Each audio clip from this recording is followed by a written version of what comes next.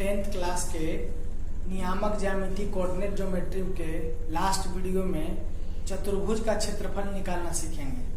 तो चतुर्भुज का क्षेत्रफल निकालना कैसे सीखेंगे, देखिए। जैसे किसी चतुर्भुज में चारों बिंदु का मान आपको दिया रहता है, ए बी सी डी का वैल्यू दिया रहता है। तो हम मान लीजिए कि बी डी को मिला देते हैं। तो बी डी को मिला देते हैं तो इसमें दो त्रिभुज बना, एक बना ए बी डी, दूसरा त्रिभुज बना बी सी डी। ये दोनों का त्रिभुज क्षेत्रफल निकालकर अलग से और दोनों को जोड़ देंगे, है ना। तो इसका चतुर्भुज का क्षेत्रफल निकल जाएगा। तो लिख सकते हैं कि चतुर्भुज ए बी सी डी का क्षेत्रफल बराबर हो जाएगा त्रिभुज ए बी डी का क्षेत्रफल प्लस हो जाएगा त्रिभुज बी सी डी का क्षेत्रफल। एक तो ये रोल हुआ। दूसरा आप ऐसे भी इसी को निकाल सकते हैं कि मान लीजिए कि ए बी सी डी एक चतुर्भुज है, इसमें आप बी डी को न मिलाकर ए सी को मिला दीजिए। ए सी को भी मिला सकते हैं। तो क्या लिख सकते हैं कि चतुर्भुज ए बी सी डी का क्षेत्रफल बराबर हो जाएगा त्रिभुज ए बी सी का क्षेत्रफल प्लस हो जाएगा त्रिभुज ए सी डी का क्षेत्रफल। त्रिभुज ए सी डी का क्षेत्रफल आप जो मेथड से चाहिए उस मेथड से बना सकते हैं। हाँ, लेकिन इसमें अब ध्यान रखना होगा। अब मान लीजिए कि आप ए बी डी का क्षेत्रफल निकाल रहे हैं, तो हम इसको मान लेंगे x1 y1, तो ये हो जाएगा x2 y2 और ये हो जाएगा x3 y3। जब सेकेंड वाला त्रिभुज का क्षेत्रफल निकालने लगिएगा, सेकेंड वाले का, तो दो पॉइंट आपका दिया हुआ है, तो C के जगह आपको मानना होगा ये हो जाएगा x1 y1। यही ध्यान रखना है। अगर आप इस रूल से बनाते हैं तो क्या कीजिएगा, ये A वाला मान हो गया x1 y1, B का मान हो गया x2 y2 और C का मान हो गया x3 y3। तो क्या कीजिएगा, इसमें पहला त्रिभुज का तो आराम से आप फॉर्मूला पर सेट करके निकाल देंगे। दूसरा जब त्रिभुज का क्षेत्रफल निकालेंगे तो दो पॉइंट आपको दिया हुआ है x1 y1 और x3 y3। जो ये D पॉइंट है इसका हम लोग कोऑर्डिनेट मान लेंगे x2 y2। कहने का क्या मतलब हुआ कि अगर आप इस रूल से बनाते हैं तो x2 y2 इधर है माने हैं, तो ये हो जाएगा x1 y1। ये देखिए दोनों सेम हो जा रहा है, x1 y1 है, यहां भी x1 y1 है। ये आप किसको मिलाए हैं, BD को मिलाए हैं, तो A और C सेम हो गया। उसी तरह से जब आप AC को मिलाए हैं तो B और D क्या हो जाएगा, सेम हो जाएगा। इसमें आपका A तथा C क्या हो जाएगा x1 y1, इसमें क्या हो जाएगा B तथा D हो जाएगा x2 y2। अब आप कोई भी क्वेश्चन इसी आधार पर आप बना सकते हैं। एक क्वेश्चन हम आपको बनाकर दिखाते हैं। देखिए, मान लेते हैं कि एक चतुर्भुज है जिसका पॉइंट आपको दिया हुआ है।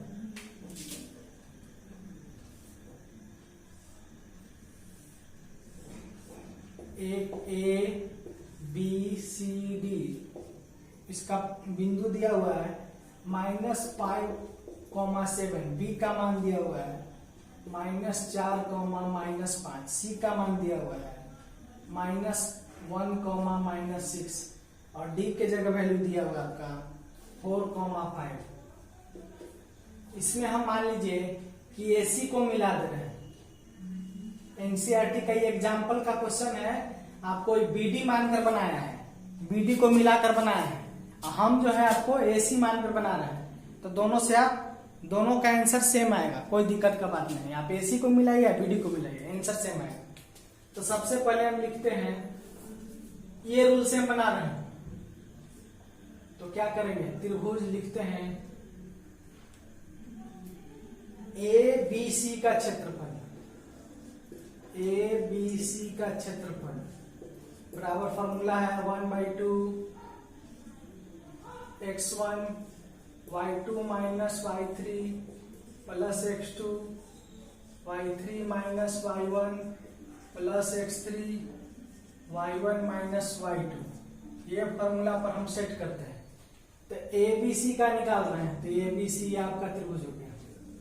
तो ये हो गया x1 y1, B हो गया x2 y2 और ये हो गया आपका x3 y3। अब इसी पर सेट कर दीजिए। तो 1/2 फॉर्मूला जो है आपका, इस पर हम पुट कर रहे हैं। तो x1 की जगह कितना है -5, y2 की जगह कितना है -5, माइनस y3 प्लस 6। जो जो फॉर्मूला है इस पर हम लोग पुट अप कर दे रहे हैं। यहां से देखेंगे और बैठाते चल जाना। y3 की जगह -6, y1 की जगह है -7 प्लस x3 है आपका -1 और y1 माइनस y2 तो 7 और y2 की जगह है आपका +5।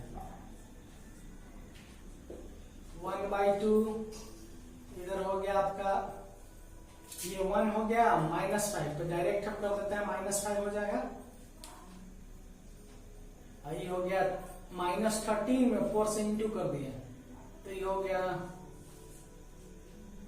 52, 52 -13 और 4 हो गया 52 हो गया। इधर हो गया आपका 7 5 12, 12 में -1 से इंटू किए तो हो जाएगा -12। तो ये आपका हो गया, ये दोनों 12 5 17 हो गया। तो 1/2 52 में से 17 घट गया तो कितना हो गया 35। इसको काट दिए तो ये निकल गया 17.5। ABC का क्षेत्रफल हम लोग को निकल गया 17.5। अब हम लोग निकालते हैं किसका, तो त्रिभुज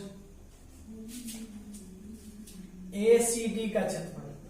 त्रिभुज ACD का क्षेत्रफल बराबर हो जाएगा, फॉर्मूला लिखने की आवश्यकता नहीं है, बस हम पुट कर देते हैं।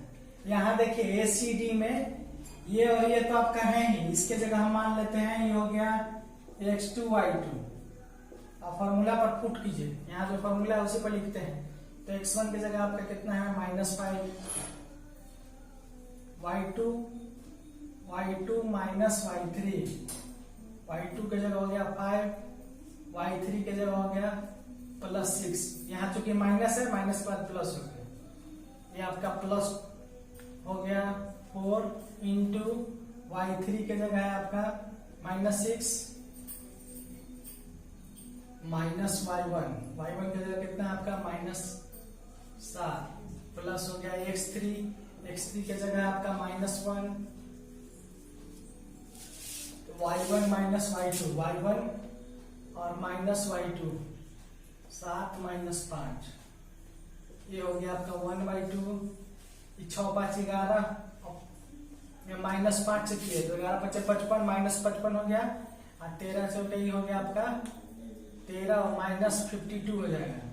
उसी तरह से इसको कीजिएगा तो ये आपका हो जाएगा 7 में से 5 गया 2 और -2 हो गया। इस तरह से आपका ये हो जाएगा, सबको जोड़ दिया जाएगा तो कितना हो जाएगा करने पर बाई हो गया 2 2 4 5 4 9 और 5 5 10। तो माइनस वाला तो वैल्यू त्रिभुज का क्षेत्रफल रहता नहीं है, तो इसलिए प्लस हो जाएगा 109 को 2 से भाग देंगे तो ये हो जाएगा 54.5। ठीक है, तो पहला त्रिभुज का ही हो गया, इसीलिए जो आपका लिखेंगे चतुर्भुज ABCD का क्षेत्रफल बराबर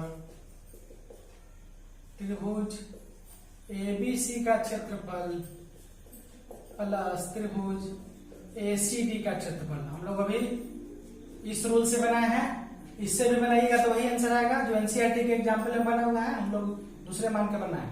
तो त्रिभुज ABC का कितना है 17.5, इधर हो गया आपका 54.5, ये दोनों को जोड़ दीजिएगा तो 72 वर्ग मात्रक, यही जो है होगा आपका चतुर्भुज का क्षेत्रफल होगा।